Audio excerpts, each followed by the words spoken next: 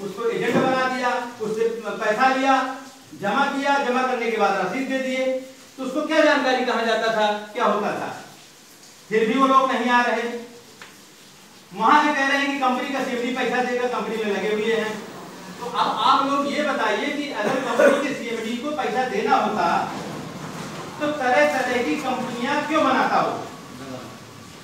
भाई हमें यहां से जागरूक होना चाहिए कि मेरी 5 करोड़ की लायबिलिटी है, 10 लाख मेरा घर का जमा है, लास्ट में जमा करा गया, लास्ट में हमें जानकारी नहीं थी, हम ऑफिस नहीं ज्यादा जाते थे, पैसा जमा हुआ, बांड मिलते थे, सब होता था, पहले पैसा भी मिलता था।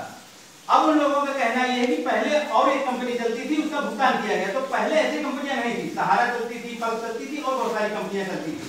तो जो जमा होता है, हमें जहां तक जानकारी है, उस पैसे से भुगतान किया जाता था, कंपनी ने पैसा नहीं दिया। तो अब ये बताइए कि अगर इनके पास पैसा होता, कहते थे एशिया की नंबर 1 कंपनी है, तो अगर होती तो वो है कहां?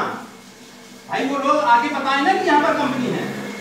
एफआईआर की गई, एफआईआर करने के लिए एसएचओ क्राइम ब्रांच बुलाए कई बार कि चलिए कहाँ ऑफिस था, फतेहपुर में कहाँ पर है, कहाँ से पैसा जाता था, कौन मैनेजर था, क्या था, कोई बताने को तैयार नहीं है, जाने को तैयार नहीं है।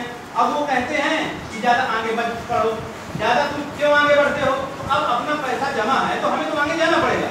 भाई हम लोगों ने आप लोगों का पैसा सपोर्ट करिए, आप ही मेरे कस्टमर हैं, आपने मेरा चेहरा देख के दिया पैसा, कंपनी दे के नहीं दिया, तो मेरा दायित्व है, मेरा कर्तव्य है कि अगर मैं पैसा नहीं दे सकता तो हमें शासन सत्ता का सहयोग लेना पड़ेगा। जब सरकार ने कानून पर सेक्ट बनाया और वो एक कानून कहता है कि 180 दिन में भुगतान होगा, तो हमें सबको एकजुट होना चाहिए ना। टोगो कंपनी में पता चलता है कि 5000 एजेंट हैं और बैठे कितने हैं? 2 साल के बीच में जब कंपनी बंद हुई तो दूसरी कंपनी का रजिस्ट्रेशन करा दिया गया। कुछ लोग एफआईआर में वो लोग सम्मिलित हैं, यहाँ नहीं आते, वो कंपनी में लोग जमा करा रहे हैं। गलत है कि नहीं गलत है? उन सीनियरों को ये नहीं करना चाहिए जो वो कर रहे हैं। भाई जब वो कंपनी पैसा नहीं दे रही तो हम क्या उम्मीद करें कि वो हमारा पैसा देगी? अभी कोई रिजल्ट नहीं आता तब तक बैठना पड़ेगा। ये नहीं हम एक दिन के लिए बैठ जाए, चल उठ के चले जाएं। अगर हमें महीने भर बैठना पड़े तो हमें पूरी व्यवस्था महीने भर के लिए करनी पड़ेगी, हमें अपने निवेशकों को बुलाना पड़ेगा। तो आप लोग ये बताइए कि हम कैसे बैठे वहां पर, क्या करें, कौन कौन लोग, कितने लोग लेके आएंगे? अगर आप लोग साथ दे रहे हैं तो असहयोग आंदोलन होगा, नहीं तो मैं क्षमा चाहूंगा, मैं करने में समर्थ नहीं हूं, असमर्थ हूं मैं। भाई जो हमें उम्मीद थी, लोग तो बड़ी बड़ी बातें करते हैं लेकिन यहाँ कोई दिखता नहीं है, कोई कहता है, कोई हमको बोलता नहीं, कोई पूछता नहीं। तो आप ये बताइए, आपने पैसा किसी को जमा कराया, जमा करा दिया तो पूछने की बात है? पैसा लेने के लिए सबको आना चाहिए कि नहीं आना चाहिए? भाई जो एजेंट था, जो सीनियर था, उसको आना चाहिए।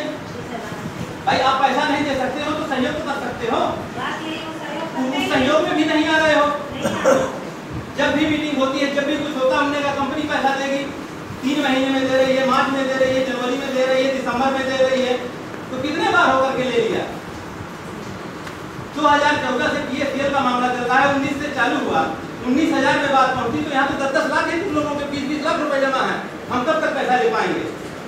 जब तक हम शासन प्रशासन को घेरेंगे नहीं, हम अपनी आवाज बुलंद नहीं करेंगे, जब तक हम पैसा 1 रुपए नहीं ले पाएंगे। उसके लिए हमें जनबल की आवश्यकता पड़ेगी।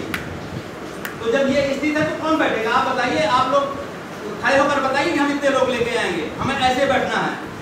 भाई हमने तो ऐसा कुछ काम किया नहीं वहां पर, हमें जानकारी भी नहीं है। भाई देखिए, मीटिंग करना, ज्ञापन देना अलग बिंदु है और ये अलग बिंदु है, हमें पूरी प्लानिंग के तहत करना पड़ेगा। तो मैं दोबारा फिर यहाँ पर